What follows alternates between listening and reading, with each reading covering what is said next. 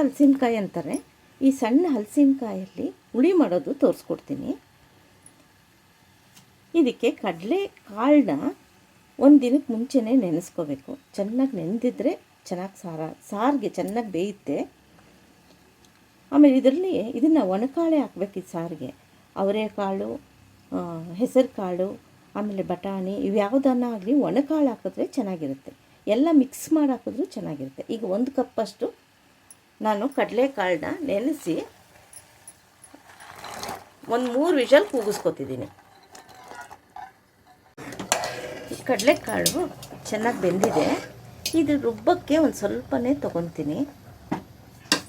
ಈಗ ಹಲಸಿನಕಾಯಿನ ಅರಿಶಿನ ಹಾಕಿ ನೀರಲ್ಲಿ ಹಚ್ಚಿದ್ರೆ ಕಪ್ಪು ಬರಲ್ಲ ನೋಡಿ, ಹಚ್ಚಿಟ್ಕೊಂಡಿದ್ದೀನಿ. ಈಗ ಕಡಲೆಕಾಳಿಗೆ ಹಾಕಿ 1-2 ವಿಷಲ್ ಕೂಗಿಸ್ತೀನಿ. ಮತ್ತೆ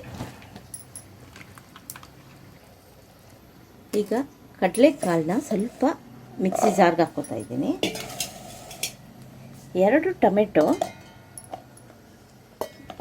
ಒಂದೇ ಒಂದು ಬ್ಯಾಡಗೆ ಮೆಣಸಿನ್ಕಾಯಿ ಬಣ್ಣ ಬರೋಕ್ಕೆ ಹಾಕೋತೀನಿ ನಾನು. ಸ್ವಲ್ಪ ಕೊಬ್ಬರಿ, ಹಸಿಕಾಯಿ, ಸ್ವಲ್ಪ ಹುಣಸೆಹಣ್ಣು, ಈರುಳ್ಳಿನ 1 ಈರುಳ್ಳಿ ಚೆನ್ನಾಗಿ ಎಣ್ಣೆಯಲ್ಲಿ ಹುರಿದು ಹಾಕ್ಕೋತೀನಿ. ಸ್ವಲ್ಪ ಗಸಗಸೆ, ಖಾರದ ಪುಡಿ ನಿಮ್ಗೆ ಎಷ್ಟು ಬೇಕೋ ಅಷ್ಟು ಹಾಕ್ಕೊಳ್ಳಿ. ನಾನು 1.5 ಸ್ಪೂನ್ ಹಾಕ್ಕೋತಾ ಇದ್ದೀನಿ. ಇದಿಷ್ಟು ನುಣ್ಣಗೆ ರುಬ್ಕೊಂಬರ್ತೀನಿ. ಚೆನ್ನಾಗಿ ಬೆಂದಿದೆ ಹೋಳು. ಈಗ ಮಸಾಲೆ, ರುಬ್ಬಿರೋ ಮಸಾಲೆ, ಉಪ್ಪು ಹಾಕ್ಕೊಂಡು ಒಂದು 5 ನಿಮಿಷ ಬೇಯಿಸಿದ್ರೆ ಸಾಕು. ಒಗ್ಗರಣೆ ಹಾಕ್ಬಿಟ್ರೆ ಮುಗೀತು. ಕೆತ್ತಲಸಿನಕಾಯಿ ಸಾರು ಇದು ಮೋಷನ್ ಪ್ರಾಬ್ಲಮ್ಗೆಲ್ಲ ತುಂಬ ಒಳ್ಳೆಯದು. ತುಂಬ ರಿಚ್ ವಿಟಮಿನ್ಸ್ ಇರುತ್ತೆ.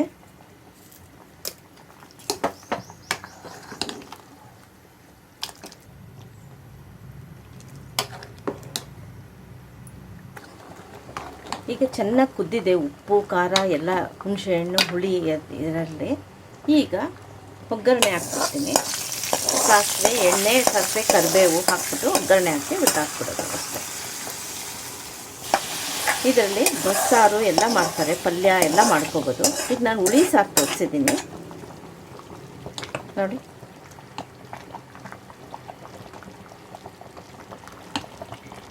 ನೆಕ್ಸ್ಟ್ ಎಪಿಸೋಡಲ್ಲಿ ಈ ಹಲಸಿನಕಾಯಲ್ಲಿ, ಕೊತ್ತಲಸಿನಕಾಯಲ್ಲಿ ಕಬಾಬ್ ಮಾಡೋದು ತೋರಿಸ್ಕೊಡ್ತೀನಿ. ಇದು ಪ್ಯೂರ್ ವೆಜ್.